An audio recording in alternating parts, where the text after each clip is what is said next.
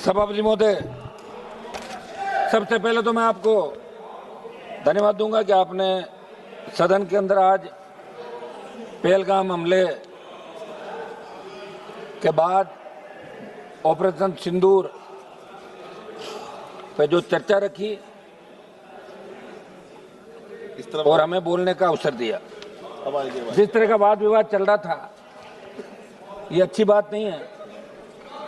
इस तरह के शब्दों का प्रयोग। हाँ, और 5 दिन लगातार सदन बाधित रहा, पूरा देश देख रहा है। उसके क्या कारण थे? अगर यही होना था, ये तो पहले ही दिन हो जाता, फिर 5 दिन बाधित क्यों रहता सदन? पूरे देश का जवान, किसान, हर व्यक्ति हमसे जवाब मांग रहा है कि आप दिल्ली हो, हमारा मामला उठाया कि नहीं उठाया, बेरोजगारी का मामला उठाया, किसान का उठाया, जवान का।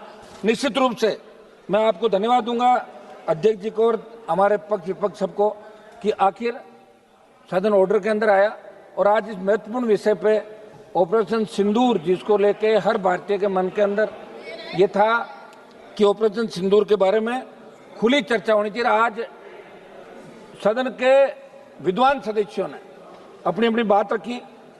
सभापति महोदय, निश्चित रूप से 26 लोगों की 22 अप्रैल 2025 को जो पहलगाम में धर्म पूछ के हत्या की, वो निंदनीय कृत्य था।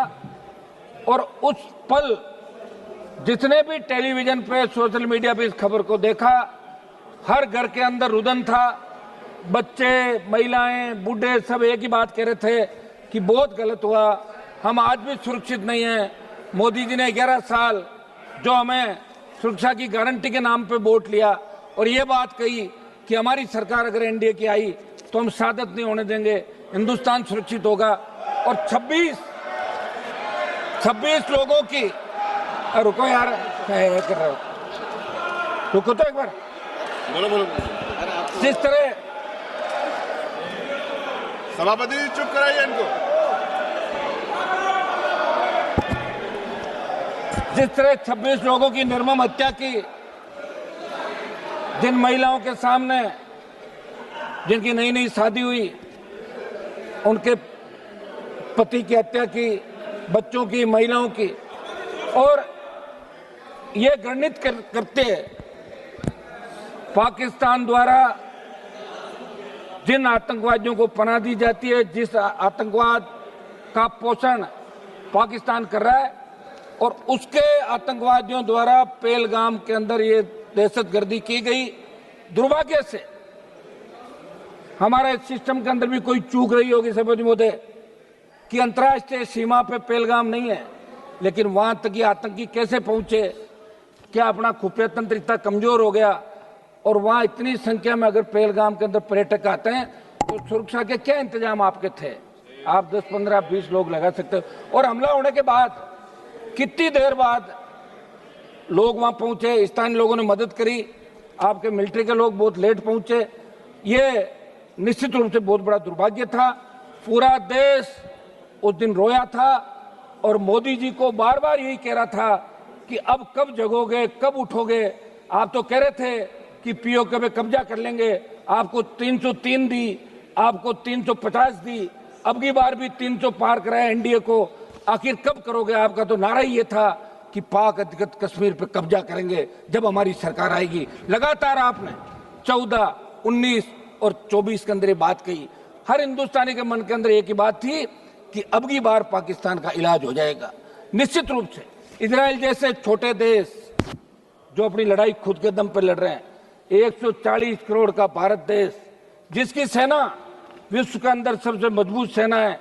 जब भी सेनाओं की बात आती है तो कारगिल युद्ध के दौरान 20,000 फीट ऊंची पहाड़ियों पे अगर 50 किलो गोला बारूद AK-47 लेके इस विकट परिस्थितियों के अंदर पहाड़ी पे चढ़ते हुए लड़ाई किसी ने लड़ी तो हिंदुस्तान की सेना ने लड़ी, गुजरात रेजिमेंट के हमारे जवानों ने लड़ी। ये अमेरिका के अखबारों के अंदर छपा था।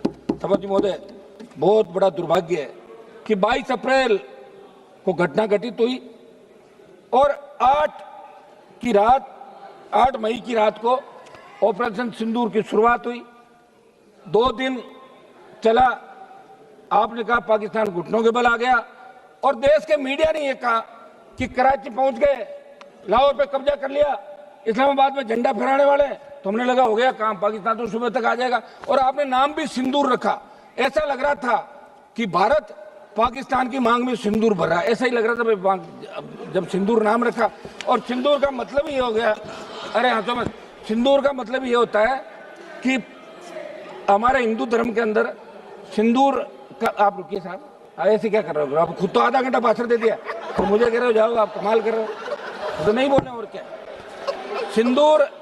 सिंदूर हमारे हिंदू धर्म के अंदर सिंदूर का मतलब है कि महिलाएं सिंदूर पति को मानती है, वो मांग भरती है सिंदूर कि मेरा पति।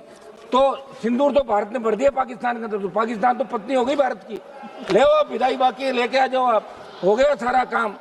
तो मेरा सभापति जी एक ये था कि अपन इस सदन के अंदर चर्चा कराएं, सारी बातें, वाद विवाद, हंसी मजाक भी चली, आरोप प्रत्यारोप भी चले, लेकिन जिस तरह का आरोप, अब तो आप सभापति की चेयर पे बैठे हैं, आपके पूरे आरोप शायद इन्होंने सुने नहीं, मैंने सुन लिए थे, समझ लिए थे, मैं वापस नहीं बताऊंगा जो आपने क्या कहा था।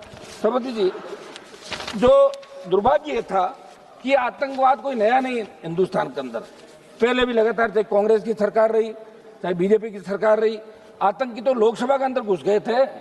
लोकसभा के अंदर अगर थोड़ा सा आगे आ जाते और हमारे उस समय वो लोकसभा के जो पार्लियामेंट सिक्योरिटी के जवान सादत नहीं देते तो कितने एमपी मारे जाते। उससे पहले भी लोकसभा, क्या हो गया, बोलने दो ना, दो एक मिनट बोलने दो, अभी अभी है कुछ। एक तो मेरी बात सुनो, 10:30 11 बजे बुलवा रहे हो आप, ठीक है, खबर तो अखबार में छपनी नहीं, ये तो तय है, सिर्फ सोशल मीडिया से काम निकलेगा। और हम ये बैठे हैं, इसका मतलब हम मजबूत लोग हैं जो सेना के सम्मान के अंदर रात को 12 बजे भी हाउस के अंदर बैठे हैं। इस हाउस में अभी 150 से ज्यादा संख्या नहीं होगी सांसदों की, लेकिन हम सेना के सम्मान के लिए यहाँ बैठे। सभापति महोदय, हम 2-3 जो प्रमुख हमारी चीजें हैं, एक तो घुसपैठ कैसे हुई, इस मामले के अंदर जांच होनी, आखिर घुसपैठ कैसे हुई, उसकी जांच क्या रही। ऐसा नहीं हो गया यार सब कुछ ठीक है, भाषण दिया चलते, पर देश जानना चाहता है। और अब ये सोशल मीडिया का जमाना, प्रत्येक व्यक्ति को अधिकार है।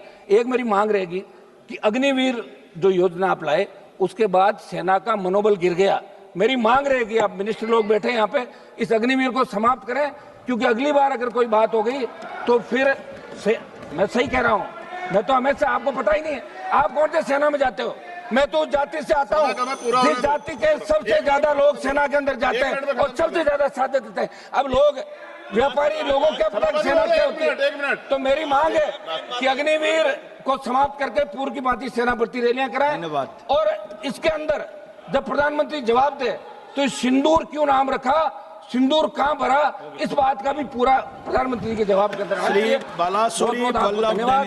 हम सब सेना को सैल्यूट करते हैं। एक मिनट साहब सुने, सेना को हम सैल्यूट करते हैं और इसके अंदर जो लोग सीज फायर श्री बालासुरी वल्लभ जो लोग मारे गए उनको भी हम नमन करते हैं, उन लोगों का उनको, और सेना हमारी मजबूत है। आप स्टार्ट कीजिए जी, बालासुरी जी आप स्टार्ट कीजिए।